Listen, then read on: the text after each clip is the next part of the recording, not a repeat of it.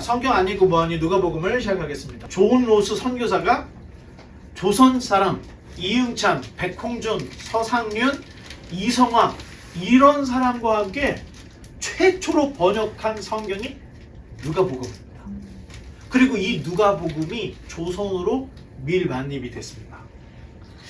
자, 아마도 다른 복음서가 아닌 누가복음을 선택한 이유는 누가복음에 예수님에 대한 탁월한 표현과 가르침이 있기 때문에 마태복음도 아니고 마가복음도 아니고 요한복음도 아니고 예수님을 소개할 때는 누가복음이다. 아니, 선교사님 그렇게 생각을 했던 것 같아요. 그래서 처음에 누가복음서만 이렇게 번역을 했던 걸로 봅니다. 그리고 나서 신약 성경이 다 번역이 되고, 그래서 우리가 가지고 있는 이제 성경, 이거 우리가 중간사 끝나고 성경이 우리에게 오기까지 혹시 궁금하신 분은 다시 돌아가서 세 번째를 보면 지금 이 우리나라 성경이 언제 어떻게 번역이 됐는지 이런 이야기들이 다 있으니까 보면 될 것 같습니다. 자, 누가복음의 특징은 예수님의 탄생뿐만 아니라 세례 요한 탄생까지도 기록을 해요. 세례 요한이 아버지가 사가랴, 이거는 누가복음이 없었으면 아무도 모를 일이었던 거예요. 근데 예수님뿐만 아니라 세례 요한의 호구조사까지 다 한 거예요. 그리고 동방 박사들이 예수님께 가기 전에 갔던 사람들이 있더라는 거예요. 그게 누구냐? 들판에 있던 목자들이 천사, 하늘의 영광, 땅에는 평화 하는 천사들의 음성을, 찬송을 듣고 그분이 어딥니까? 마구간에 가서 예수님을 봤다. 뭐 이런 이야기가 누가복음에만 있습니다. 그리고 예수님이 애굽, 이집트로 헤롯의 칼을 피해서 간 걸로 기록이 되어 있는데, 자, 우리 성경에서 그 예수님이 태어난 지 얼마 되지도 않아요. 피덩이채 그냥 애굽으로 간 것처럼 표현이 되어 있어요. 그런데 누가복음에는 태어난 지 33일 만에 결례를 행해요. 그리고 나서 애굽으로 피신했다. 아주 누가복음만이 가지고 있는 이런 어떤 역사적인 흐름을 명확하게 잘 따지면서 이렇게 이야기를 하고 있는 걸 볼 수가 있습니다. 그리고 유일하게 예수님의 청소년기를 담고 있는 게 누가복음밖에 없어요. 그래서 어떤 사람들은 예수님이 석가의 제자였다, 인도로 가서 뭐 돌을 닦았다, 막 이런 얘기를 막 하잖아요. 근데 누가복음에는 청소년기에도 예루살렘에 있었고, 또 절기 때마다 가족과 함께 성전에 올라갔던 이야기를 해요. 그 얘기는 그때만 한번 올라갔더라, 이 얘기가 아니야. 앞뒤의 문맥과 흐름을 볼 때는 절기 때마다 온 가족이 함께 예루살렘으로 올라갔다 왔구나 하는 걸 볼 수가 있는 거예요. 자, 그리고 누가복음은 그냥 다른 말로는 찬양의 복음이라고 해요. 여기에는 정말 엄청난 찬양들이 있는데, 마리아 송가, 그리고 사가랴의 송가, 시므온의 송가, 예수 그리스도를 향한 신앙 고백적 찬송. 그런데 여러분 읽어봤겠지만 누가복음을 읽어봤겠지만 이 누가복음에 있는 3대 찬송들을 자세히 읽어보면, 이 송가들을 보면 마치 하늘의 광채가 지상의 사물에 땡 하고 닿는 듯한 너무너무 아름다운 찬송 시들이 그 안에 있는 거예요. 그래서 누가복음을 찬양의 복음이다 이렇게도 이야기를 합니다. 자, 이 찬양은 교회가 전 시대를 통해서 찬양했던 세 가지 위대한 찬송의 절정을 보여줘요.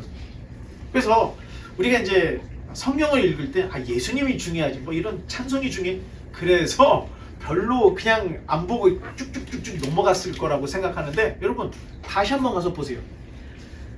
이 마리아 송가, 사가랴의 송가, 시므온의 송가는 정말로 규모가 어마어마합니다. 정말 너무너무 아름다운 찬송이 들어져 있어요. 그리고 누가복음의 이 회화적인 묘사, 어떤 장면이나 어떤 내용들이 굉장히 회화적으로 이렇게 표현이 돼요. 그래서 거의 대부분의 성화나 조각들의 배경이 누가복음입니다. 누가복음을 배경으로 조각도 했고 성화도 그린 걸 볼 수가 있어요. 또 예배 음악의 대주제가 가만히 보면은 누가복음에서 인용됐다는 걸 볼 수 있어요. 이 세 가지 이 아름다운 찬송과 이 찬양들이 누가복음하고 굉장히 깊은 연관이 있다. 넘겨보면 자, 누가는 예수님이 역사의 무대에 등장할 당시에 시대적 배경을 정확하게, 자기가 이 편지를 언제 썼는지는 말은 안 하는데 예수님이 탄생하셨을 때 역사 무대 배경을 아주 명확하게 이야기를 하고 있는데, 자, 한번 한 줄씩 돼 있죠? 같이 읽어보겠습니다. 시작. 디베료 황제가 통치한 지 15해. 디베료는 티베리우스 황제를 얘기합니다. 티베리우스 황제 통치 15년이 되던 해, 자, 또 곧 본디오 빌라도가 유대의 총독으로, 그때 당시의 총독이 본디오 빌라도였다는 거예요. 또 헤롯이 갈릴리의 분봉왕으로, 그렇죠. 또 그 동생 빌립이 이두레와 드라고니 지방의 분봉왕으로, 계속 루사니아가 아빌레네의 분봉왕으로, 그리고 안나스와 가야바가 대제사장으로 있을 때에, 그 다음 하나님의 말씀이 빈들에서 사가랴의 아들 요한에게 임한지라, 이러면서 이야기를 또 전개해 나가는 거예요. 이거 여러분 역사학자적인 사관이 있는 거예요. 관점이 있는 거예요. 그러니까 디베르 황제 때, 빌라도가 총독일 때, 그리고 우리가 중간사 때 헤롯 가문 이야기를 들었죠. 헤롯이라고 이름 붙은 헤롯 빌립, 헤롯 켈라오 해가지고 11명의 헤롯 자녀들이 있었는데, 그 자녀들이 다 유대 땅을 쪼가리 내서 분봉왕이 되어 있다는 거예요. 이게 누가 어디에서 헤롯 가문이 통치하고 있던 그 당시 시대상을 정말로 너무 정확하게, 여기뿐만이 아니라 종교적으로 유대 사회는 종교 사회였기 때문에 제사장이 중요해. 근데 더 놀라운 건 안나스와 가야바라고 써 있어. 이거 굉장한 식견입니다. 왜냐면 예수님 시대에 제사장이 누구예요? 예수님 재판했던 대제사장, 가야바 전에 누구야? 그의 장인이었던 안나스가 대제사장을 하다가 사위 가야바가 했는데, 그 시점을 놓치지 않고 누가가 그걸 다 캐치해서 쓴 거예요. 이건 대단한 역사적인 식견입니다. 자, 누가의 로마의 황제들이 유대인들에게 대한 두 번의 칙령이 나와요. 유대인들에게 대한 두 번 칙령. 첫 번째 칙령이 언제나 누가복음에 나와 있는 가이사랴 아구스토의 호정령. 이게 가이사랴 아구스토가 아우구스투스를 얘기하는 거예요. 아우구스투스가 아니 자기가 황제가 돼서 보니까 세금들이 너무 띄엄띄엄 거치는 거야. 호정령을 했던 이유는 이 사람이 베들레헴 사람인지 이 사람이 예루살렘인지 정확하게 해서 인두세를 걷어내기 위한 하나의 묘책이었던 거예요. 근데 그 얘기가 성경에도 그대로 나와 있어요. 두 번째 황제령이 사도행전에 글라우디오 황제, 이 글라우디오 황제가 모든 유대인들을 로마에서 떠나라 라고 하는 칙령을 반포했던 거예요. 그때 떠났던 사람이 누구예요? 브리스길라 아굴라가 로마에서 떠나서 왔다 갔다 하다가 고린도로 갔고, 고린도에서 사도 바울을 만났는데 같은 천막업을 했다고 되어 있잖아. 이 모든 사실들이 두 번의 황제 칙령이 누가복음에 그리고 사도행전에 다 기록되어 있어요. 자, 족보를 기록함에 있어도 너무 유대적이야. 아브라함부터 다윗부터 이렇게 나와 있으니까 이건 너무 유대주의적인 거니까 이제 모든 사람들이 받아들일 수 있는 예수님부터 아브라함부터 아담부터 하나님까지 이어지는 우리 모두는 하나님의 자녀다. 이걸 이야기하는 거꾸로 역순의 족보 이야기. 그런데 그 안에 기록되어 있는 사람들은, 자, 마태는 뭐를 좋아한다 그랬죠? 유대주의적 성향이 있어서 3대 14대 이렇게 나눴다 그랬죠. 누가는 빠뜨리지 않고 꼼꼼히 다 그 이름을 썼는데, 이 정도의 이름을 썼다? 자, 누가는 헬라인입니까? 유대인입니까? 유대인이 아니에요. 누가는 헬라 사람이에요. 헬라 사람이 유대인의 족보에 대해서 정통하다. 여러분, 이게 그러면 누가 혼자만의 노력으로 썼겠습니까? 아니면 배후에 누가 있겠습니까? 배후에 누가 있어요? 그 배후에 누구죠? 사도 바울 선생님입니다. 누가는 사도 바울의 동역자였어요. 그렇기 때문에 이런 족보 이야기는 율법 학자였던 사도 바울, 이거 역대기 상하를 꿰뚫지 못하면 이런 족보를 쓸 수가 없는데, 아니 이방인이었던 헬라 사람 누가가 이런 거를 썼다. 자, 이런 건 우리가 한번 생각을 해봐야 되는 거예요. 자, 또 넘겨보면, 자, 누가의 저자. 자, 원래 누가는 성경에 의원이었다 이렇게 써 있어요. 골로새서 4장에 또 빌레몬서 1장에 보면은 의원 누가라고 얘기를 해요. 자, 바울과 동행을 했고 마가 요한과도 함께 일을 했던 사람이라고 얘기해요. 그러니까 이런 이야기들은 사실 복음서의 내용과 사도 바울과 일반 사도들이 쓴 편지들을 다 종합해서 봐야 된다는 거예요.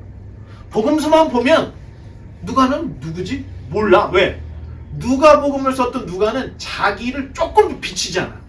자기 자신을. 그러니까 누가복음을 썼다는 거를 누군가가 말하지 않으면 아마 아무도 몰랐을 거예요. 그런데 내용으로 봐서는 모르지만 사도 바울이 썼던 편지들과 다 연결해 보니까, 아, 누가는 의사 출신이었고 사도 바울의 동역자였고 마가와도 함께 있던 제자구나. 이걸 성경, 신약 성경을 다 꿰보면 나오는 거예요. 자, 누가 또는 루카스 이렇게 우리가 얘기를 하죠, 영어로는. 그런데 이 루카스라는 뜻이 빛나다라고 하는 뜻이 담겨져 있어요. 그래서 여러분, 밝기를 측정할 때 쓰는 그 단위가 뭐죠? 룩스. 이게 몇 룩스지? 이렇게 할 때 그 룩스가 누가를 얘기하는 거예요. 그래서 뜻이 빛나다라고 하는 뜻이 누가. 자, 헬라의 루카스는 빛나는 사람이라는 뜻이 있어요. 그래서 참 이름이 좋은 것 같아요. 자, 당시의 의사들은 지금처럼 엠킷을 공부해가지고 막 하고 이런 게 아니에요.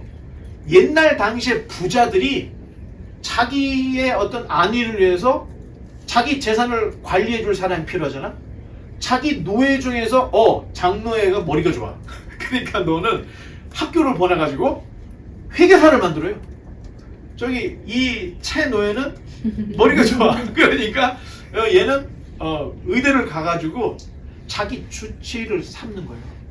자, 이런 식으로 또 우리 채 노예는 그림을 잘 그려. 근데 내 딸내미가 그림을 그리고 싶어요. 그러니까 얘를 미대를 가서 미술을 가르친 노예로 자기 자녀들을 교육하는 가정교사. 성경에 몽학선생이라고 나오죠. 이 몽학선생이 다 노예들이에요. 노예 선생, 노예 회계사, 노예 의사. 이게 다 이 몽학선생. 자, 그런 걸 봤을 때는 누가의 원래 신분은 뭐였을 것 같아요? 노예였겠죠? 노예였다는 거예요. 그런데 노예 중에서도 주인에게 너무 잘 보인 거야. 만약에 주인이 죽을 병에 걸렸는데 이 노예 누가가 열심히 진료를 하고 치료를 해서 고쳐줬어.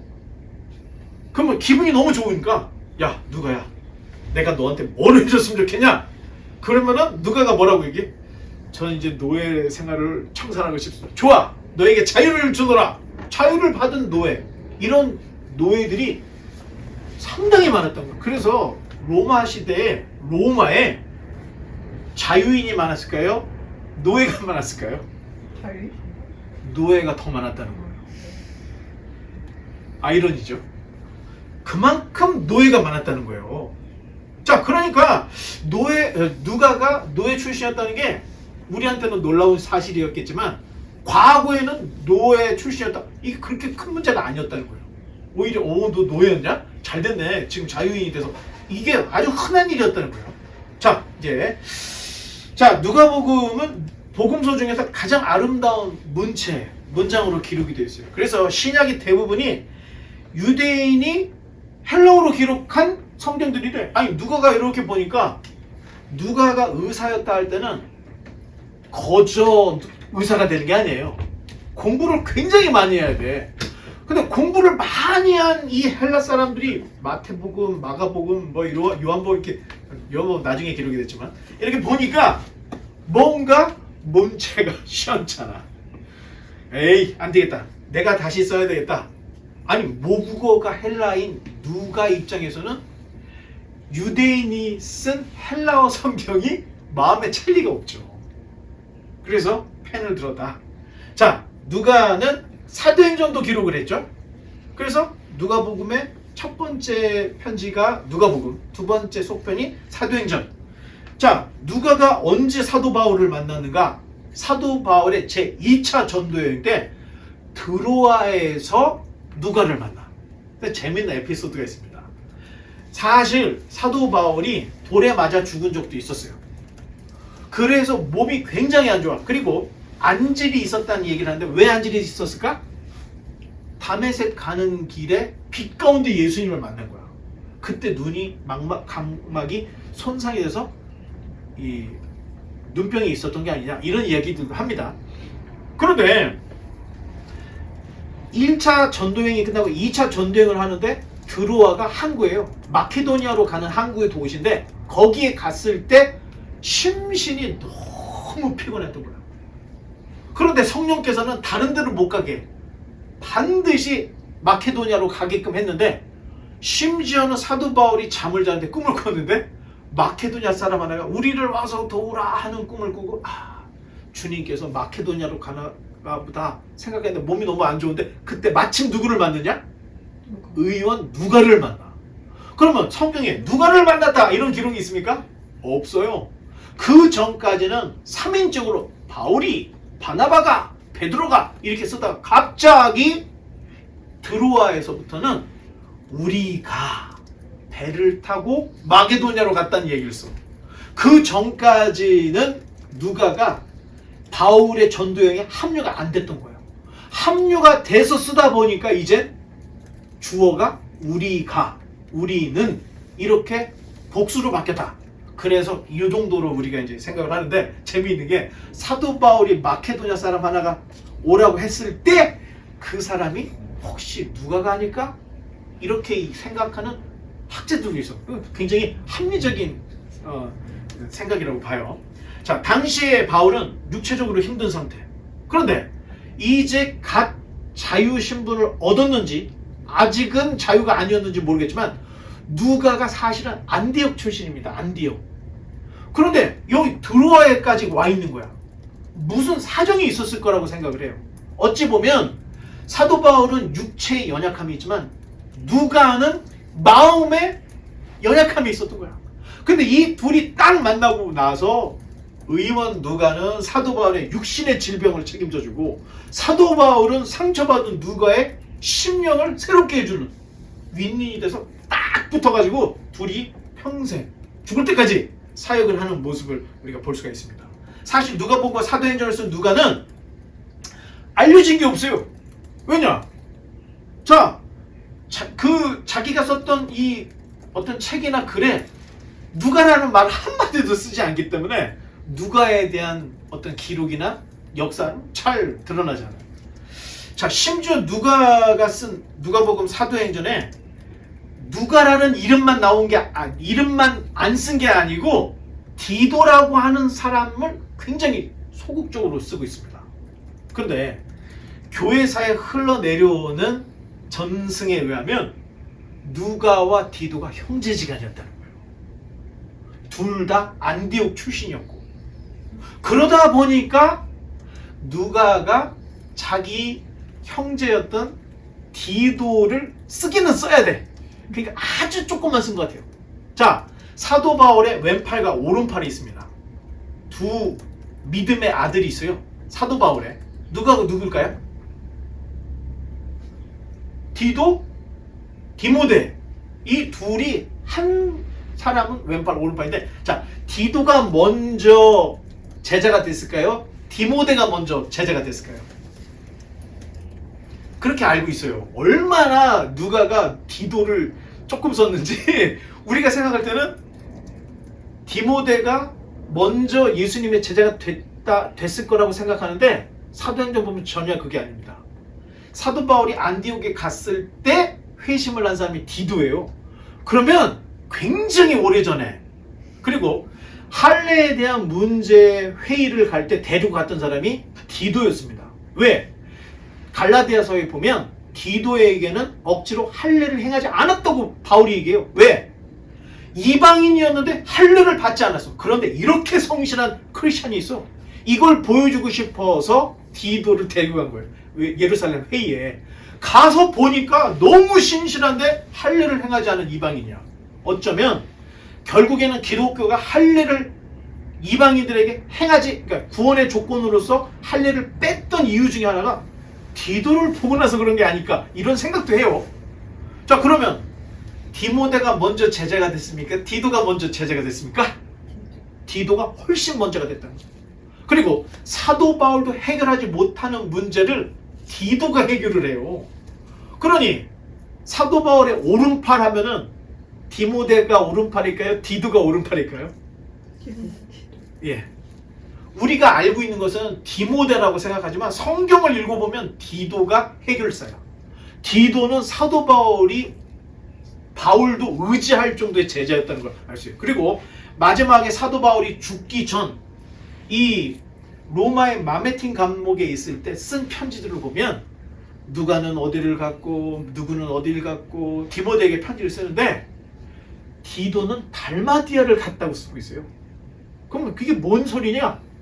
달마디아가 사도 바울이 사도행전 28장에 가면 감옥에 갇혀. 그러다가 2년 만에 풀려나. 그리고 나오자마자 크레타 섬을 지나서 에베소를 갔다가 마케도니아로 갔다가 북쪽에 가서 전도를 했는데 이 전도를 하다가 붙잡혀서 마메틴 감옥에 들어간 거예요. 그러면 달마디아가 어디냐? 사도 바울이 마무리를 못했던 곳에 디도가 가 있는 거예요. 그러니까 사도 바울 평생의 오른팔은 디도일 수밖에 없는데, 아니 성경에 디도는 너무 소극적으로 기록이 되어 있어서 디도보다는 디모데가 오히려 사도 바울의 오른팔처럼 기록이 되어 있다는 거예요. 자, 이런 것들을 봤을 때 누가는 예레미야처럼 자기 자신을 철저히 숨겼던 사람이에요. 성경을 쓸 때. 그러다 보니까 디도도 숨겨. 그러니까 이런 것들을 우리가 좀 알고 있으면 사도 바울의 동역자 중에 1순위가 디도, 그리고 누가가 있었고 디모데가 있었고 그 다음에 브리스길라 아굴라가 있었고 루디아가 있었고 이런 것들을 이제 볼 수 있는데, 사도행전을 가서 다음 시간에 사도행전을 가서 보면 와, 사도 바울이 가는 곳마다 동역자들이 생기고 만나고 자기 혼자 복음 사역을 하는 게 아니었구나, 이런 것들을 알게 된다는 거예요. 자, 누가는 바울과 동행하면서 바울 곁을 떠난 적이 없어요. 자, 그러다 보니 누가는 복음에 대해 다른 제자들보다 복음에 대한 이해가 굉장히 깊었던 걸로 알 수가 있어요. 그래서 바울이 전하는 복음을 제일 잘 정리한 게 누가복음, 사도행전, 그리고 사도 바울이 사도라고 하는 이 가장 강력한 주장을 누가가 해줘요. 누가가. 자, 이런 것들을 보면 이제 우리가 알 수가 있는데, 사도 바울이 1차, 2차 전도여행하고 3차 전도여행을 하고 왔을 때 예루살렘에서 체포가 됩니다. 체포가 됐다가 가이사랴로 건너가요. 그리고 2해 동안 거기에서 재판을 받는데, 아마 그때 사도 바울이 감옥에 있을 때 활동을 못 하잖아. 그럼 누가는 뭐를 할까요? 누가는 옆에서 사도 바울이 야, 물 좀 줘. 그러면 물 떠다 주고, 야, 배고파. 그럼 밥 갖다 주고, 이런 일을 한 게 아닌 걸로 보여요. 사도 바울이 가이사랴에 2해 동안 잡혀 있을 때 아마 누가가 사도 바울이 증거하는 이 복음, 예수님의 행적을 다 쫓아다니면서, 예수님이 태어났을 때 여기가 태어난 것입니까? 예수님이 갈릴리 회당에서 복음을 전할 때 여기서 했습니까? 그때 당시에 본문이 뭐였습니까? 백성들의 반응이 어땠습니까? 누가복음은 이런 걸 기록을 하고 있다는 거예요. 이거는 그냥 경험한 사람한테서는 안 나오는 이야기예요. 직접 찾아가서 인터뷰해보고 거기 가서 확인해보고, 여기였었구나. 동방박사가 오기 전에 들판에 있던 목자들이 먼저 예수님께 가서 찬송을 했구나, 경배를 했구나. 이런 것들은 직접 찾아가 보지 않으면 알 수 없는 내용들을 누가복음이 담고 있다 할 때는 이 2해 동안에 온 유대 땅 갈릴리를 돌아다니면서 예수님의 발자취를 다 따져서 복음서를 기록한 게 아닌가. 자, 그래서 그런지 누가복음에는 다른 복음서에서 찾을 수 없는 독특한 누가복음만의 내용이 있어요. 자, 대표적인 게 선한 사마리아인의 비유 뭐 이런 것들은 다른 복음서에 없어요. 누가복음에만 있는 거야. 자, 그런데도 자, 마태복음이 몇 장이었지 기억나? 28장이었죠? 누가복음은 총 몇 장? 24장밖에 되지 않는다는 거예요. 4장을 줄였어. 내용이 더 풍부하게 많음에도 24장이다 할 때는 문필력이 대단한 거예요. 요약을 하면서 필요없는 것들은 빼고 정말로 중요한 것들만 탁탁탁. 자, 그만큼 누가의 헬라어 실력이 뛰어났다. 자, 넘겨보면 자, 기록 연대는 너무 어렵습니다, 여러분. 왜? 아니, 성경을 기록할 때 내가 누구 뭐 할 때 기록을 했다 이렇게 썼으면 쉬워요. 그런데 이런 말을 쓰지 않고 예수님에 대한 내용만 쓰고 사도들의 행적만 써서 사도행전을 쓰니까 아니 도대체 누가 보면 언제 썼는지 몰라. 단 내용에 담겨져 있는 내용들을 보고 추정을 할 수 있는데 이건 다 추정입니다. 정확하게 언제 기록됐다는 걸 알 수가 없어요. 자, AD 70년 이후, AD 70년 이전 이렇게 그냥 나눠야 돼요. 자, AD 70년에 무슨 일이 있었죠? 예루살렘 멸망 사건이 있었잖아요. 그게 기준이 돼서 이것을 담고 있을 때 AD 70년 이후에 기록이 됐구나.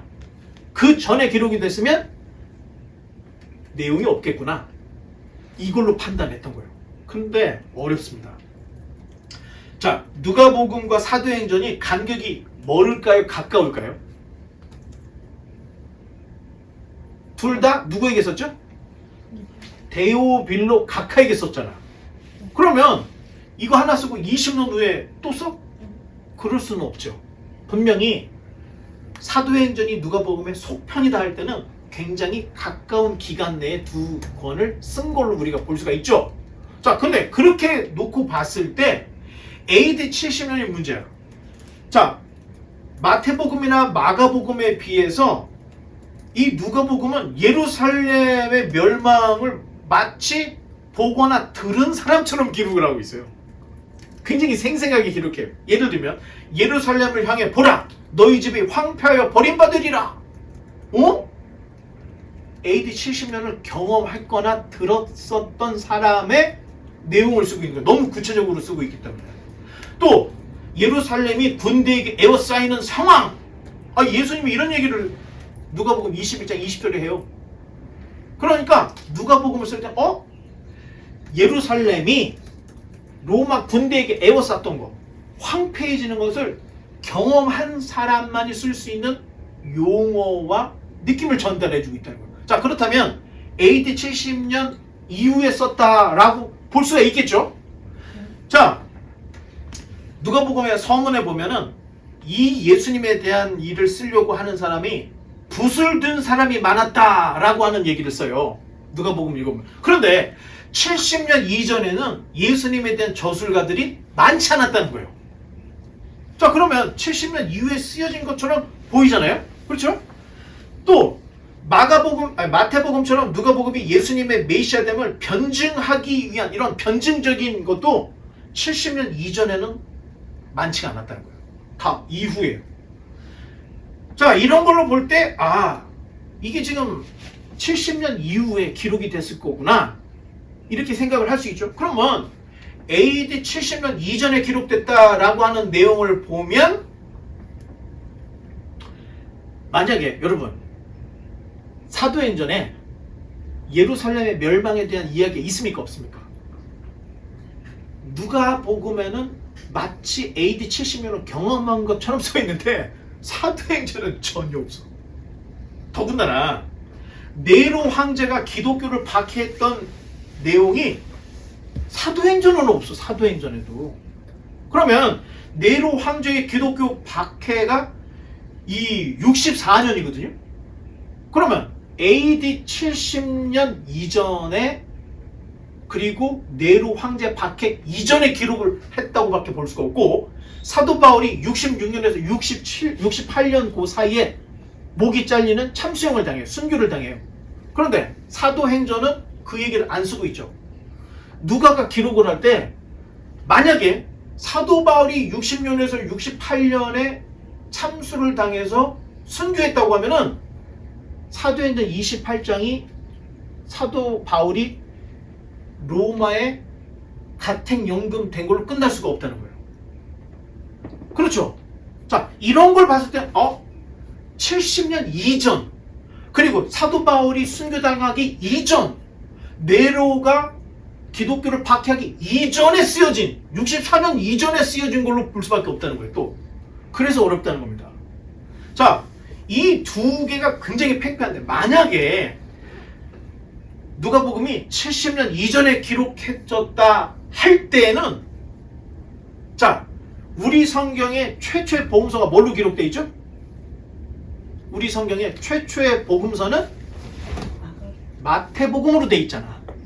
그런데 학자들은 제일 짧은 마가복음이 최초의 복음일 거라고 생각을 하지만, 만약에 누가복음이 70년 이전에 기록됐다가 볼 때에는 최초의 복음이 누가복음이 될 가능성이 있어요. 왜? 그때 당시에는 복음서를 써야 될 필요를 못 느꼈던 때였기 때문에. 자, 왜? 지금 사도 베드로가 살아있어. 요한이 살아있어. 야고보가 있어. 그러니까 복음 전하느라고 바빠가지고 예수님에 대한 복음서를 쓸 시간도 없었고 이유도 없었고, 이걸 지금 써야 되나? 이걸 생각한 사람이 없었을 거라는 거예요. 그런데 사도 바울은 필요했어요. 왜? 살아생전에 예수님을 못 본 유일한 사도가 사도 바울이었잖아. 사도 바울 평생에 예수님을 본 적이 없어요. 살아생전에. 그런데 사도 바울이 예수님을 전하잖아. 그러면 예수님에 대한 이야기를 알아야 되잖아. 그러니까 누가와 함께, 야, 우리 복음서를 써서 예수님에 대한 이야기를 좀 씁시다. 자, 스토리가 굉장히 합리적인 거예요. 아, 그럴 수 있다. 다른 제자들은 마가나 마태는 지금 쓸 필요가 못 느껴요. 그러면 복음서를 왜 썼을까요? 사도들이 죽어나가는 거야. 증인들이 죽으니까 큰일 난 거야. 다 죽으면 이 지금 예수님의 생생한 이야기를 전할 수가 없잖아. 부랴부랴 썼다. 그러니까 AD 70년 이후에 대부분의 복음서가 다 쓰여졌던 거고, 사도 바울은 필요했기 때문에 누가와 함께 복음서를 쓴 게 아닌가? 자, 이런 가설이 나온다는 거예요. 이거 굉장히 합리적인 가설이라는 거죠. 자, 넘겨보겠습니다. 자, 집필 동기가 있어요. 누가가 왜 누가복음을 썼는가? 자, 이런 이야기가 있는데, 자, 한 줄씩 한번 읽어보겠습니다. 시작. 우리 중에 이루어진 사실에 대하여. 자, 예수님에 관한 복음서들이 사실에 근거한 이야기라는 것을 쓰고 있죠. 또 읽어보겠습니다. 처음부터 목격자와 말씀에 일꾼된 자들이 전하여준 그대로 내력을 저술하려고 붓을 든 사람이 많은지라. 70년 이전에는 붓을 든 사람이 많이 없었다는 거예요. 근데 지금 누가가 붓을 든 사람이 많았다. 자, 이야기한 걸로 봤을 때 우리에게 지금 이 어려운 이름 숙제들이라는 거예요.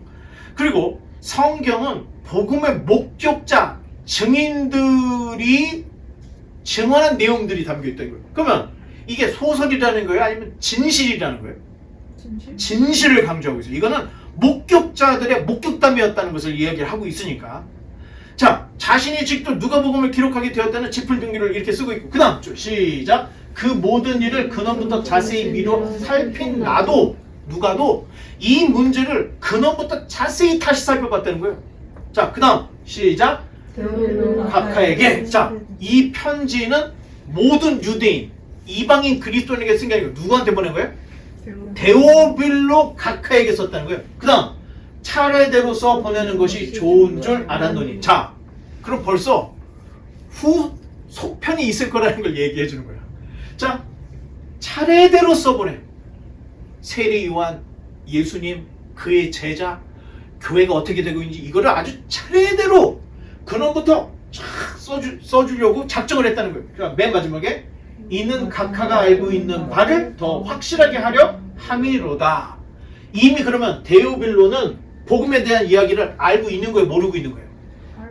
알고 있어요. 그러니까 이는 각하가 알고 있는 바를 더 확실하게 하려고 내가 누가복음서를 쓰고 속편으로 사도행전을 쓰고, 자, 이러려고 하고 있습니다 하는 것을 집필 목적을 정확하게 써요. 자, 넘겨보면 자, 데오빌로는 누구인가?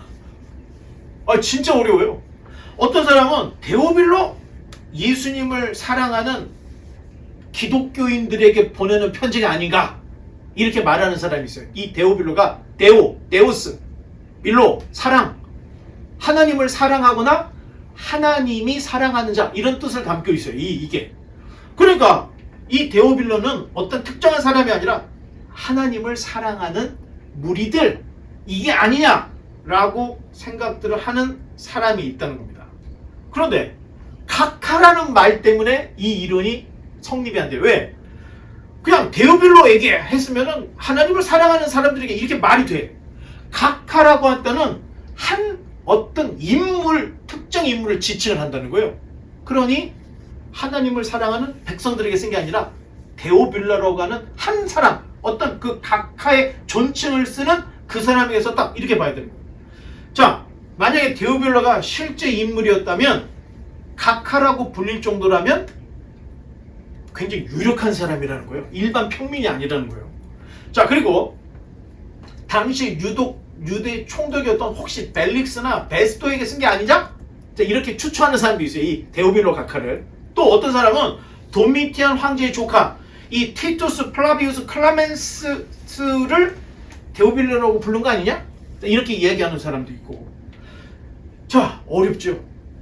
자, 그런데 주후 37년에서 41년 사이에 각하라고 이름을 붙이는 대제사장이 한 분이 있었다는 겁니다. 어쩌면 이 편지는 데오빌로라고 하는 유대인 대제사장에게 기독교를 너무 박해하니까 정말 누가복음하고 사도행전 속에서 기독교의 근원부터 쫙 설명을 해주기 위해서 쓴 것처럼 기록이 되어 있다는 거예요. 그것도 여러분 설교가 길면 힘들죠? 예수님에 대한 이야기도 너무 길면 힘드니까 예수님에 대한 이야기는 24장으로 그 다음에 교회와 사도에 대한 이야기를 28장으로 해서 속편까지 해서 두 편으로 써서 보낸 게 아닌가. 자, 여기까지 우리가 생각을 해볼 수 있습니다. 자, 그러면 데오빌로를 찾아서 데오빌로가 누구냐? 자, 성경하고 유세비우스의 교회사, 요세푸스의 전쟁사 또는 고대 유대사, 자, 이런 것들을 다 종합해서 성경과 성경 외의 자료들을 다 종합해서 데오빌로가 누구인지를 한번 찾아보려고 우리가 이제 잠깐 여행을 떠나겠습니다. 자, 데오빌로 헬라식 이름이에요. 헬라식. 자, 유대 사회에서 각하라고 하는 호칭은 아무나에게 붙이지 않습니다. 헤롯에게도 안 돼. 빌라도에게도 안 돼. 유대인들이 유일하게 각하라고 하는 말을 쓰는 사람이 대제사장이었다는 거예요. 그러면 유대인들 대제사장에 이 데오빌로라고 하는 이름을 쓰는 사람이 있을까? 자, 알렉산더 이후에 유대 땅은 헬레니즘을 받아들이라고는 굉장한 강권이 있었어요. 그래서 유대 지배층에 있던 사람들이 자기 스스로가 자기 이름을 바꾸는 사람들이 있었어요. 자, 신구약 중간사를 할 때 제가 이 사람 이름을 딱 얘기하면서 이건 기억해야 돼요. 누가복음하고 사도행전 할 때 해야 될 사람이니까 하면서 얘기했는데, 자, 그 이름을 보면 우리가 알 수가 있는데,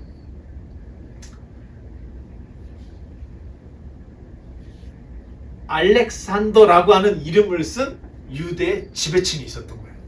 알렉산더. 그러면 알렉산더라고 하는 이름을 히브리식으로 바꾸면 뭐가 된다 그랬죠? 요나단.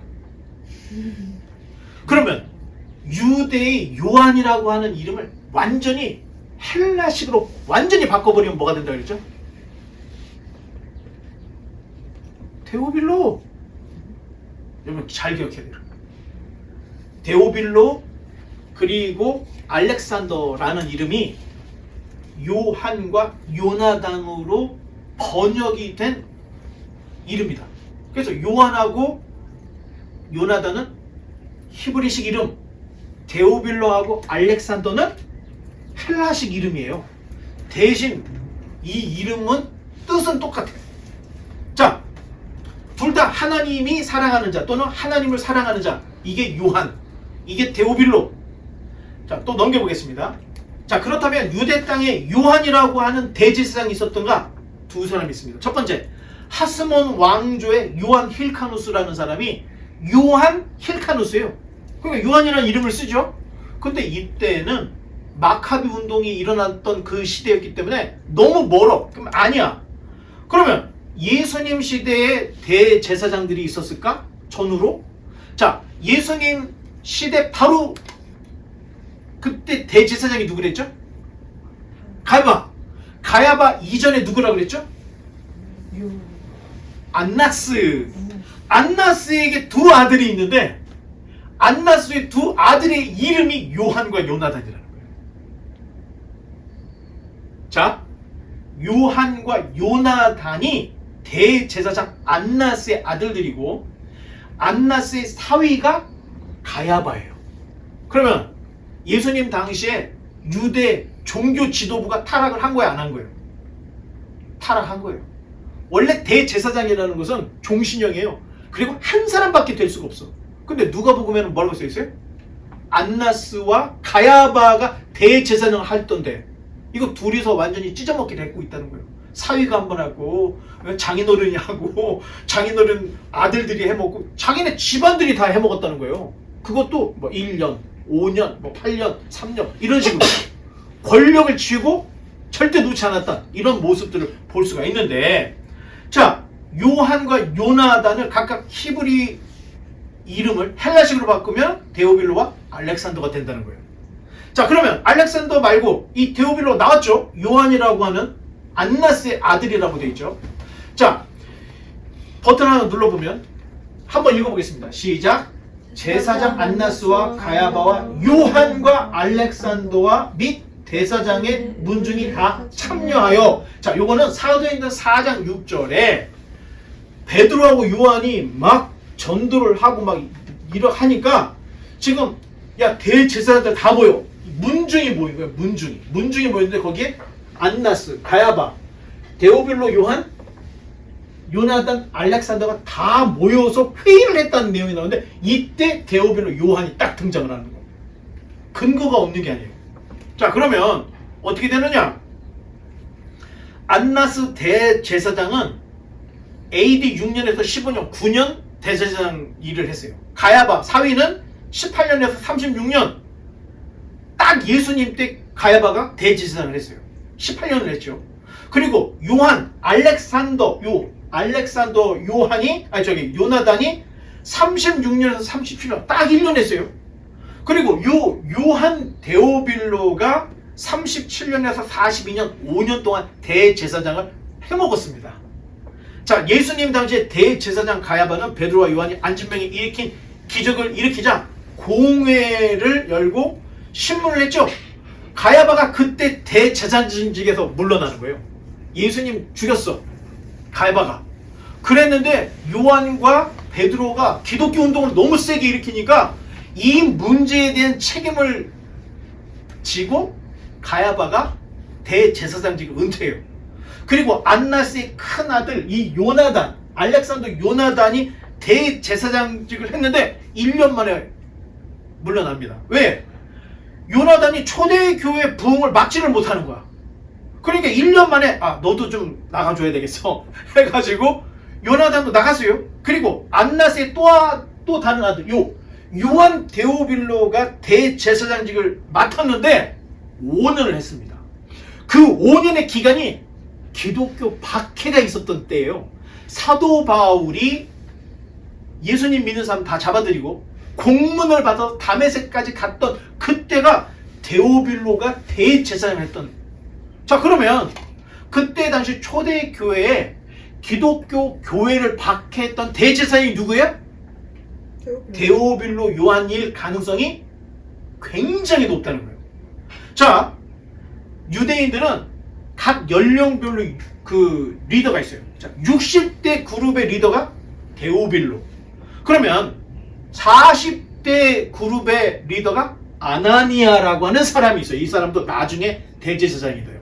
그리고 30대의 리더가 누구예요? 사도 바울. 맞습니다. 바울이 30대 리더였던 거예요. 그런데 유대교 입장에서는 기독교를 빨리 없애야 돼. 나사렛 예수 이 운동이 예수님이 죽었는데도 멈추지 않는 거야. 그러니까 완전히 그냥 그러면 이단 진압을 해가지고 끝을 내버리자. 자, 그러면 대제사장인 데오빌로는 대제사장이기 때문에 나이가 많기 때문에 시니어이기 때문에 자기가 칼을 들을 수가 없어. 그러면 차기 대권자였던 40대의 리더였던 아나니아가 이 일을 해야 돼. 그런데 다메섹까지 예수님 믿는 사람 잡아들이러 갔던 사람이 누구예요? 바울이었죠. 사도 바울이 보니까 아나니아가 너무 사람이 흐물흐물해. 자기 선배, 10년 선배 정도 되는데 하는 꼴을 보니까 아나니아는 도저히 교회를 진압시킬 수 있는 사람이 아니다. 그래서 30대의 리더였던 사도 바울이 팔을 딱 걷어붙이고 스데반 죽이는데 나서서 증인을 하면서 사도 바울이 빡 일어나요. 사울이, 성경에서 사울이라고 되어 있죠. 공문까지 받아서 다메섹에 있는 기독교인들을 다 잡아 죽이려고 가다가 예수님을 만나버린 거예요. 자, 이렇게 생각을 한다면 지금 뭔가가 맞아 떨어지는데, 자, 한 번 더 버튼 눌러보면, 자, 사도 바울이 열심히 복음 전도를 하다가 3차 전도 여행을 마치고 예루살렘에 체포가 됐다가 가이사랴로 이송이 됐던 일이 있어요. 그때 2해. 아마 그때 누가 복음을 다 조사하면서 기록한 게 아닌가. 아까 그 얘기했죠. 자, 이때 사도 바울을 재판하려고 나타난 대제사장이 있어요. 자, 버튼 한 번 더 눌러보겠습니다. 자, 버튼 한 번 더 눌러보면, 자, 읽어보겠습니다. 시작. 닷새 후에 대제사장 아나니아가 어떤 장로들과 한 변호사 더둘러와 함께 내려와서 총독 앞에서 바울을 고발하니라. 자, 여기 누가 나와요? 아나니아. 대제사장 아나니아가 나오는데, 이 대제사장 아나니아는 사도 바울이 봤을 때 너무 연약하고 리더십이 없는 그런 사람이었어요. 자기가 그냥 치고 지나갔던 사람인데 나중에 자기가 기독교 개종을 하고 나서 나중에 봤더니 이 아나니아가 대제사장을 하고 있는 거야. 그래서 자기 사도 바울이 끌려갔을 때 뭐 너는 막 얘기하니까 사도 바울이 이 회칠한다며 하고 말을 사도 바울이 했어. 그랬더니 옆에 야, 너 대제사장을 욕하냐고. 사도 바울이 난 저 사람이 대제사장인 줄 몰랐다. 이런 얘기를 요거 만나기 전에 그런 일이 있습니다. 자, 그렇다면 지금 사도 바울과 아나니아, 그러면 아나니아 바로 전에 대제사장이 누구였다 그랬어요? 데오빌로. 데오빌로였고 가장 극심한 박해가 있던 그 시대에 누가복음과 사도행전이 일단 누가복음이 기록된 게 아닌가. 자, 이렇게 봐요. 자, 왜냐? 이 지금 사도 바울 이야기를 우리가 이제 이게 보면서 지금 대제사장의 그 흐름이 지금 다 보이는 거야. 그렇죠? 자, 맨 처음에 누구였다고 그랬죠? 예수님 오기 전에 안나스, 가야바, 그리고 가야바가 퇴진하면서 요나단, 그렇죠? 알렉산더, 그 다음에 요한, 데오빌로, 그 다음에 아나니아. 그러면 이대로 흘러갔다면 사도 바울이 개종을 하지 않았더라면 아나니아 다음에 대제사장이 누가 되는 거예요? 사울이 되는 거야. 그런데 사울이 개종을 하고 기독교로 돌아와 버린 거예요. 자, 이 어려운 때에 복음서가 쓰여졌다는 거예요. 자, 넘겨보면 교회사를 보면 사도 바울이 누가가 쓴 누가복음서를 보고 칭찬했다고 하는 유세비우스의 교회사 이야기가 나와. 그러니까 누가가 쓴 거예요. 이런 교회사 내용을 봤을 때. 그리고 사도 바울이 누가가 쓴 누가복음을 보고 잘했다 칭찬까지 했다는 거예요. 자, 누가가 자의로 썼던 사도 바울이 쓰라고 해서 썼던 누가가 누가복음과 사도행전을 기록을 한 게 분명해요. 자, 어쩌면 누가는 교회를 박해하던 당시의 대제사장이었던 데오빌로에게 그리스도교는 이런 거예요 하고 변증을 하고 변호를 하려고 누가가 펜을 썼던 거고, 이 쓴 내용을 바울이 읽어보고 야, 잘 썼다, 칭찬했구나. 자, 이런 스토리가 나와요. 그러니 이 안에 예수님의 탄생, 그분의 사역, 그분의 죽음과 부활, 오순절 성령 강령 사건, 그리고 사도 바울의 개종, 이런 것들을 후반부에 있던 사도행전에까지 다 기록해요. 그러면서 누가복음과 사도행전은 데오빌로를 각하하면서 최대한 존칭어를 쓰면서까지 이걸 꼭 읽어주시고 기독교에 대한 오해를 좀 풀었으면 좋겠습니다 하는 내용으로 쓴 것으로 보여진다는 거예요. 자, 한번 대제사장에 계신 사람은 종신토록 대제사장으로 불려요. 아니면 각하라고 존칭을 했어야 되는 거야. 자, 그런데 이게 최근에 고고학적으로 납골당이 하나 발견이 된 게 있어요. 유대 땅에서. 근데 그 납골당에 뭐라고 써있냐면 데오빌로의 손녀 요한나라고 하는 이름이 쓰여져 있어요. 자, 요한나라고 하는 이름은, 자, 성경을 여러분들이 검색을 할 수 있죠? 검색을 해보면 누가복음에만 딱 2번 나오는 이름이에요. 요한나가. 버튼 한번 눌러보면, 자, 한번 읽어보겠습니다. 시작. 헤롯의 청지기 구사의 아내 요한나와 수산나와 다른 여러 여자가 함께하여 자기들의 소유로 그들을 섬기더라. 자, 그들이 누구예요? 예수님과 제자들을 얘기하는 거예요. 그러면 수산나와 요한나가 섬겼대요. 예수님과 제자들을. 돈이 있어야 섬길 거 아니야? 그런데 이 요한나는 누구의 아내요?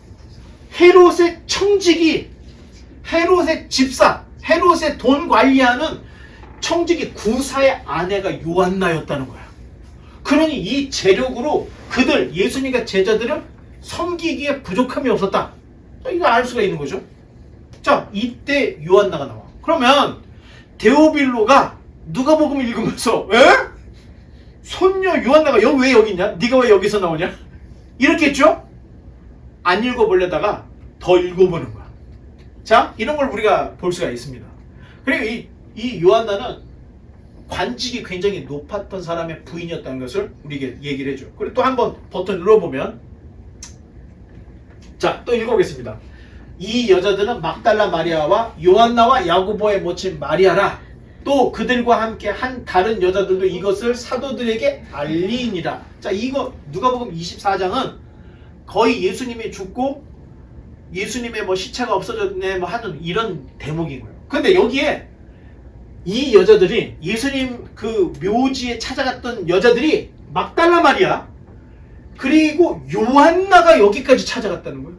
이 요한나가 예수님과 제자들을 봉양해 주는 것뿐만 아니라 예수님이 죽고 난 후에도 요한나가 여기까지 찾아가. 이거 중요한 인물이에요. 나중에 안디옥 교회에 이분의 친척벌이 되는 헤롯의 이 배다른 어떤 여자가 나오는데 연관이 있어. 굉장히 중요한 인물이에요. 자, 이게 또 나와. 그런데 지금 이 묘지에서 데오빌로의 손녀 요한나의 묘비가 나왔다는 거예요. 자, 이런 것들을 볼 때 누가복음 사도행전 굉장히 조직적으로 쓰여진 거예요. 이거를 봐야 될 사람이 눈여겨볼 만한 인물이 지금 딱 나와 있죠. 자, 이런 걸로 볼 때 지금 기독교를 한참 박해하고 있는 데오빌로에게 각하 대제사장이시여, 기독교에 대한 오해가 있습니다. 잘 알아야 됩니다 하면서 이 얘기를 쫙 썼을 걸로 본다는 거예요. 근데 진짜 묘한 게 데오빌로가 이 누가가 쓴 이 편지를 받아서 읽을 쯤 됐을 그 시기를 비춰보면 데오빌로가 대제사장직에서 물러납니다. 자, 이걸 볼 때 혹시 누가가 쓴 누가복음과 사도행전을 읽고 데오빌로가 대제사장직을 내려놔야겠다, 기독교를 포기를 했든, 아니면 이 사람도 마음이 흔들려서 기독교로 개종을 했든, 아니 이 편지를 읽은 그 시점에 데오빌로가 대제사장직을 관뒀다는 거예요. 자, 더 놀라운 것은, 자, 성경에 보면 히브리서 이야기를 할 때, 우리가 신약 들어올 때 히브리서가 되게 어렵다는 얘기 했어요. 왜냐면 전통적으로는 히브리서는 바울이 썼다라고 생각을 했는데, 최근 학자들이 무슨 얘기를 하면 사도 바울의 문체와 히브리서가 틀리다, 그런 얘기를 썼다 그랬죠. 자, 근데 히브리서의 내용은 어떤 내용이냐면은 유대인이 기독교로 돌아왔어. 그런데 박해가 있고 심해지자 다시 유대교로 돌아가는 사람들에게, 야 정신 차려 이 사람들아, 왜 옛 곳으로 다시 돌아가 하면서 쓴 게 히브리서예요. 자, 히브리서에 그러니까 유대적인 배경, 성경, 구약 성경을 모르면 쓸 수 없는 어떤 학자적인 내용이 있어요. 나는 이건 아볼로나 뭐 다른 사람이 쓴 게 아니고 히브리서는 사도 바울이 썼는데, 사실 그때 자 우리 교회를 나가면서 이제 우리 교회 나 안 나오기 싶은 거야. 근데 나가면서 무슨 얘기를 해요? 내가 저 최 목사 때문에 교회를 못 나가게 해서 누군가를 하나를 누구 때문이라고 하면서 가잖아. 그렇잖아요. 어떤 사람은 설교가 너무 길어. 왜 이렇게 안 나와? 뭔가 이유를 가지고 욕을 하고 나가야 되는 거야. 그런데 당시 기독교에서 다시 유대교로 갈 때 유대인들이 무슨 얘기를 하면 이 사도 바울 사람 때문에 내가 기독교를 버린다, 이런 이야기를 하면서 교회를 나가기 시작한 거야. 그러니까 사도 바울이 히브리서를 쓸 때는 형제들이요, 나 바울은 너희들에게 이 편지를 쓸 때 왜 옛것으로 돌아가냐, 이렇게 써야 되는 머릿말이 있어야 돼. 인사말이 있어야 되는데 히브리서는 다 없어요. 자, 왜 그랬을까? 사도 바울이라는 이름이 나오면 유대인들이 안 읽어. 이름도 빼, 인사도 빼. 바로 뭐예요? 옛부터 우리 조상들에게 말씀하신 하나님의 말씀이 여러 모양과 이게 예수다, 이것부터 시작을 합니다. 아예 서두가 없어요. 그럼 왜 그랬을까? 사도 바울이 히브리서를 완성을 하지 못하고 참수형을 당해서 순교를 당한 거야. 그랬더니 누가가 완성하지 못했던 히브리서를 사도 바울이라는 이름이 들어가면은 유대인들이 안 읽으니까 이것도 빼, 인사도 빼. 바로 본론 들어가서 예수는 누구냐? 옛부터 말씀하신 하나님께서 선지자들로 말씀했던 그분이 바로 예수라는 것을 직격을 하면서 쓰였던 게 히브리서라고 보는 거예요. 자, 말이 되죠? 자, 그런데 재미있는 거는 히브리서가 쓰여져서 이것도 누군가에게 전달이 됐을 텐데, 히브리서가 쓰여져서 누군가에게 읽혀졌을 때 당시의 대제사장이 아나니아였는데, 그쯤에 아나니아도 리타이어를 해버렸습니다. 제사장직을 내려놓은 거예요. 자, 이런 걸 봤을 때 편지들을 그냥 쓴 게 아니라는 거예요. 목표가 있었던 거예요. 어찌 보면 이것도 가설입니다. 다 기독교를 너무 박해하니까 누가복음, 사도행전을 써서 데오빌로요 하고 편지를 썼는데, 데오빌로가 그 편지를 쓰고 읽고 대제사장직을 관두고, 기독교에서 다시 유대교로 가는 이 유대인들을 향해서 히브리서를 썼는데 이걸 읽고 아나니아가 대제사장직을 관두고, 이게 굉장히 설득력이 있는 이야기입니다. 자, 또 넘겨보겠습니다. 자, 누가복음은 총 24장으로 되어 있죠. 자, 한 번 더 넘겨야 될 거예요. 그렇죠? 넘겨보겠습니다. 또 자, 내용은 주제를 한번 다 같이 읽어보겠습니다. 시작. 사람의 아들이신 예수.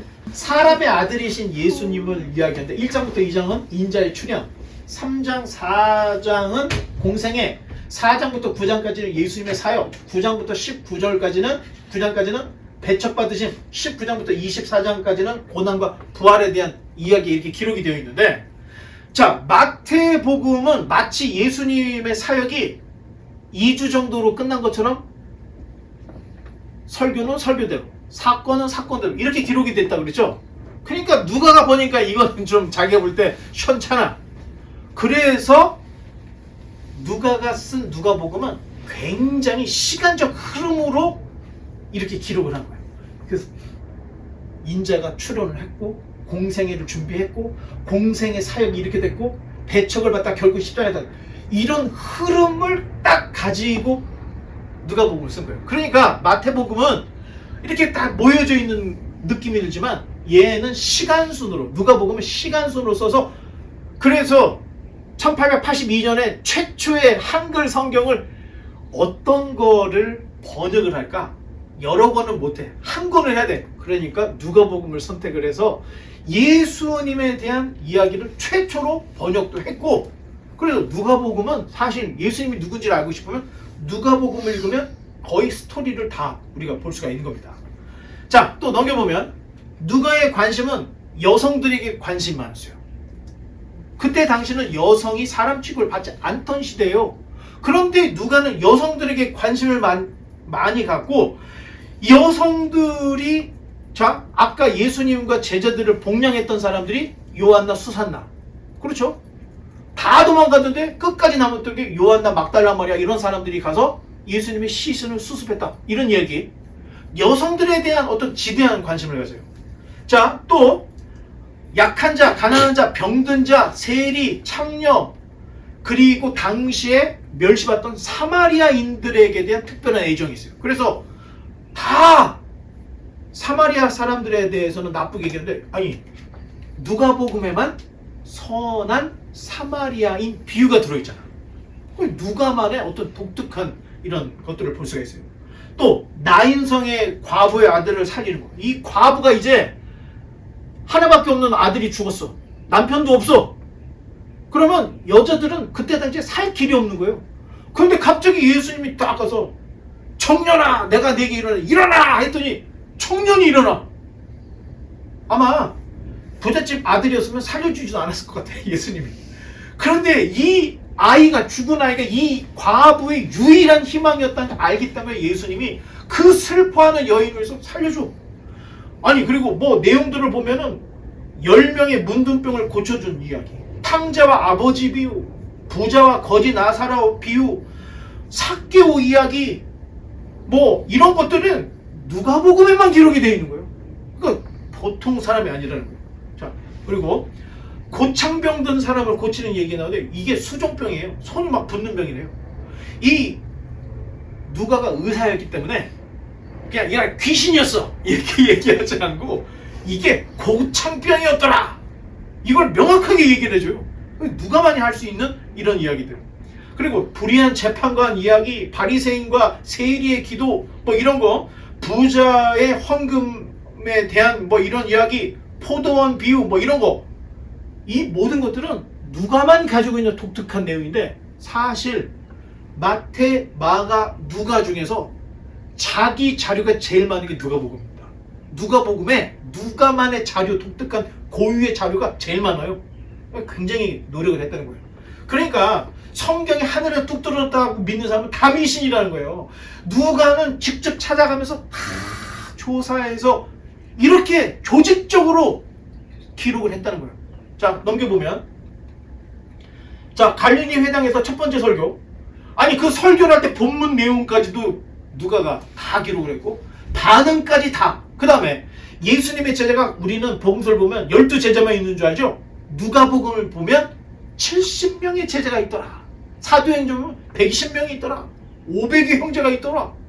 아 예수님을 따르는 추종자들이 마치 어떤 표적처럼 핵심이 있고 그 주변 엄청나게 많았구나. 이런 걸 알 수 있다는 거예요. 이게 누가가 쓴 누가복음과 사도행전이 없었으면 우리는 예수님이 무슨 시골에서 12제자들 데리고 무슨 이런 걸로 밖에 생각이 안 돼요. 자 엠마오에서 실망했던 두 제자가 돌아가다가 예수님을 만나고 갈릴리로 가야 되겠다 이런 이야기. 누가복음은 기도의 복음이에요. 그래서 아까 얘기했죠. 찬송의 복음이라고 했는데 기도의 복음서 기도예요. 아니 예수님이 세례받기 전에 기도를 해요. 그 다음에 바리새인들과 한바탕 하기 전에 미리 기도를 하고 12제자를 선택하기 전에 기도해요. 그리고 자신의 죽음을 내가 이제 곧 죽을 거라고 하는 그 말하기 전에 기도를 해요. 변화산에서도 제자들을 위해서 기도해주고 십자가상에서도 기도하고 베드로가 시험받을 것을 위해서도 베드로야 사탄이 너를 밀가부르듯 하려는 걸 내가 보고 내가 너를 위해 기도했어. 이런 얘기가 누가복음에만 있어요. 자 예수님은 하나님의 아들이죠. 자기가 하나님이야. 그런데 기도를 안 해도 되는데 예수님은 이 군데군데 자기가 밤새 기도했던 이런 얘기가 있어요. 아니 예수님이 기도를 했는데 우리는 기도해야 되겠습니까? 하지 말아야 되겠습니까?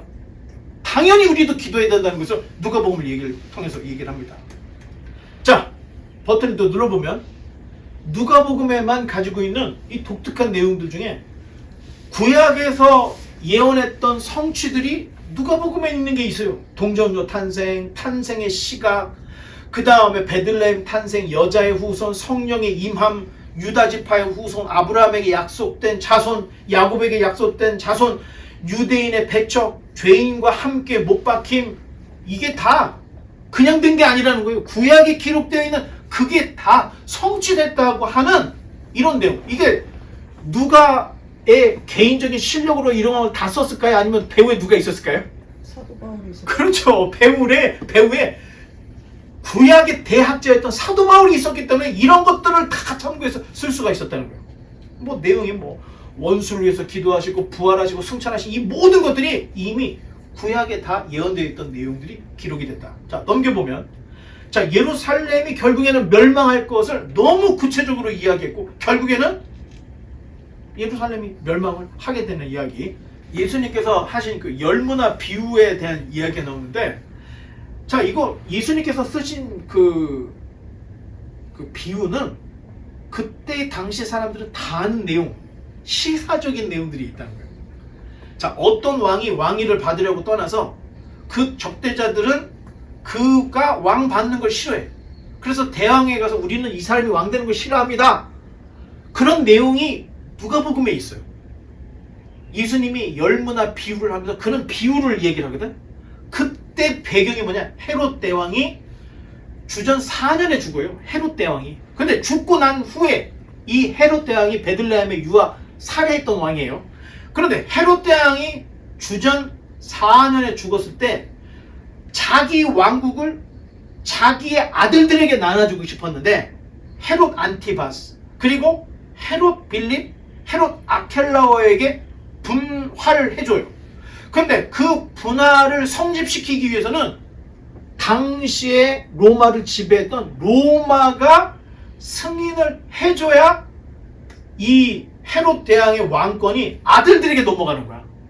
자, 그 과정에 있어서 유대 지방을 분할받은 아켈라오라고 하는 왕이 있었는데, 그 분봉왕이 있었는데, 황제에게 허가를 청원하기 위해서 아켈라오가 로마로 갑니다. 그런데 유대인들이 아켈라오가 분봉왕 되는 걸 원치 않았던 거예요. 이게 역사적인 사실이에요. 그래서 사절단을 50명을 로마에 먼저 파견을 해요. 가서 아켈라오가 분봉왕 되는 걸 막아라! 그랬는데 아켈라오가 돈을 엄청 갖고 왔던 거야. 그러니까 로마에서 아켈라오 네가 해. 단 왕의 칭호는 줄 수가 없어. 칭호를 받지 못하고 온 분봉왕이 돼버린 거야. 자기 권력을 가졌어.